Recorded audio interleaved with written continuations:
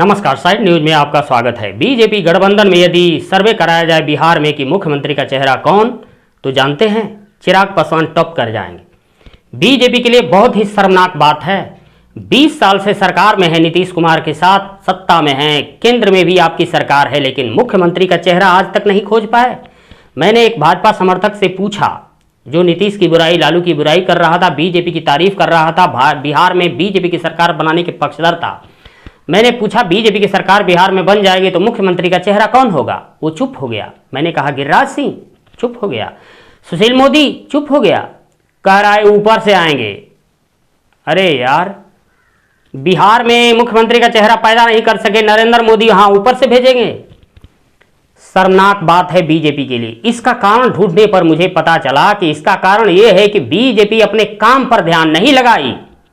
सुबह से शाम तक उठने जगने के समय नीतीश कुमार को ये गाली देना है, नीतीश कुमार की पार्टी टूट गई, नीतीश कुमार बीजेपी में जा रहे हैं, नीतीश कुमार को अल्जाइमर हो गया है, नीतीश कुमार बुढ़े हो गए हैं, संन्यास ले लेना चाहिए, इनसे बिहार नहीं संभल रहा है, कानून व्यवस्था खराब है। अरे अपनी उत्तर प्रदेश में, दिल्ली में कानून व्यवस्था क्यों नहीं देखते भाई? कानून व्यवस्था खराब है तो अपने आप को इतना बढ़िया बनाओ कि उम्मीद हो जाए कि आपसे कानून व्यवस्था सुधर जाएगी। कहीं ऐसा ना हो कि आपसे और लोग डर रहे हैं कि हर जगह ऐसे ऐसे प्रदर्शन कीजिएगा कि कानून व्यवस्था और खराब होगी। तो अपने आप को इतना नैतिक, बीजेपी में कोई चेहरा इतना नैतिक बनाइए कि बिहार की जनता ये कहे कि नहीं नीतीश तो ठीक है, कुछ काम किए, लेकिन ये बंदा बिहार का चीफ मिनिस्टर बन जाए ना तो नीतीश कुमार से बेहतर काम करेगा। इसके लिए क्या करना है कि नीतीश कुमार या लालू प्रसाद यादव की पार्टी को भ्रष्ट बताना, नीतीश को अनैतिक बताना छोड़ करके अपने काम पर ध्यान देना। और इन दोनों में क्या बुराई हो? बुराई को बुराई कहना, सच्चाई को सच्चाई कहना, और अपने काम पर ध्यान देना, जनता के मुद्दों को उठाना कि देखिए ये सरकार यहाँ पर गलती कर रही है, ऐसे करती तो बिहार की जनता सुखी हो जाती। तो बिहार की जनता को समझ में आता कि नहीं बीजेपी ये ठीक कर रही है। कहने का मतलब है कि बीजेपी में एक अच्छा व्यक्तित्व तो आज तक नहीं ढूंढ पाई, ये शर्मनाक बात है। और सेंटर की बात करते हैं, नरेंद्र मोदी जी, अमित शाह जी का हाल वही है। अपना काम धाम छोड़ करके सुबह से शाम तक विपक्षियों को कांग्रेस मुक्त भारत बनाए, कौन सा एजेंडा है भाई? विपक्षी के पीछे सीबीआई ईडी को घुमाओ, ये कौन सा एजेंडा है भाई? इसके बाद सुबह से शाम तक आप विपक्षियों के पीछे पड़े हैं, इस पार्टी को तोड़ के वहां अपनी सरकार बना लो। अरे भाई बढ़िया काम करो, जनता खुद सरकार बनाएगी। नहीं बनाएगी, नहीं बनाएगी। जनता हिंदुत्व का झंडा लेकर चल रहे हैं, भारत में संविधान है। ऐसा तो नहीं है कि आप ये सोच रहे हैं कि तलवार के बल पे हिंदुत्व का शासन होगा, ये तो गड़बड़ हो जाएगा। आपको हिंदुत्व का झंडा बुलंद करना है, कुछ भी करना है संविधान के दायरे में करना है, तो आप एक सख्त कानून बना दीजिए। आपको ये लगता है कि मुसलमान ज़्यादा गलती कर रहा है तो मुसलमान पकड़ में आएगा, हिंदू गलती कर रहा है तो हिंदू पकड़ में आएगा। हिंदुत्व का समय मिला था आपको 10 साल, हिंदुत्व के शासन को इतना चमका देते, भद्र शासन होता, बिल्कुल जनता के लिए सुलभ शासन होता कि एक गरीब मुसलमान भी दुकान पे जाता, झोला भर के सामान लाता।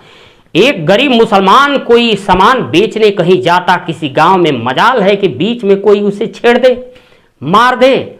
जो कुछ भी गलती मुसलमान करे कानून पकड़ के उसे सजा दे, ये तो बात अलग है। लेकिन बीच में कोई कानून अपने हाथ में लेके सजा दे दे तो ये उस व्यक्ति की सजा नहीं है, हिंदुत्व को सजा है, आपके मुंह पर तमाचा है।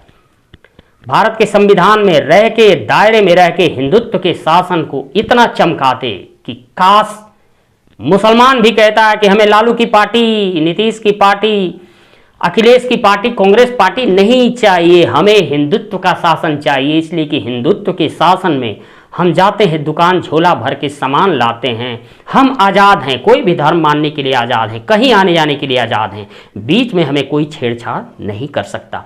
हाँ, वो मुसलमान पकड़ में आया, उसे सजा हो गई तो वो गलती कर रहा था इसलिए सजा हो गई। हिंदुत्व का ऐसा शासन चाहिए। 10 साल का समय, कीमती समय मिला, वो हाथ से निकल गया, अर्थव्यवस्था की डोर आपके हाथ से निकल गई। अर्थव्यवस्था क्या समझ रहे हैं? विदेश में घूमने से, भाषण देने से भारत की अर्थव्यवस्था हाथ में रहेगी? डोर है, फिसल जाएगी। नोटबंदी, जीएसटी बिना सोचे समझे किए तो क्या 10 नियम 20 नियम बदलते गए। नोटबंदी में 99.5% नोट जो है वापस आ गया, काला धन पकड़ा नहीं गया। 60% यदि नोट आता, 40% बाहर रह जाता, तब समझ में आता कि काला धन पकड़ा गया है। जीएसटी में वही हाल है, 28 फिर बाद में 14 नियम बदलते रहे। मतलब ये साफ है कि मधुमक्खी का छत्ता अर्थव्यवस्था होती है, उसे आप बिना अनुभव के मध के छत्ते को छुए हाथ जला। बाद में अर्थव्यवस्था गिरी, चौपट हुई, मुद्रा गिर रही है तो आप क्या किए? यहां सामान बेचा, वो प्लेटफार्म बेचा, एयरपोर्ट बेचा, सब कुछ बेचा। इसके बाद अर्थव्यवस्था को लीप पोत करके बेहतर दिखा रहे हो। तीसरी बड़ी अर्थव्यवस्था, चौथी, वो लेकर क्या करेंगे जब हमारा मुद्रा गिर रहा है? इतनी बड़ी पॉपुलेशन, इतना बड़ा कंस्ट्रक्शन, इतनी बड़ी जनसंख्या का पावर, चाहते तो बिहार देश की अर्थव्यवस्था आगे जाती। इसी के साथ वीडियो को समाप्त कर रहे हैं दोस्त। नमस्कार।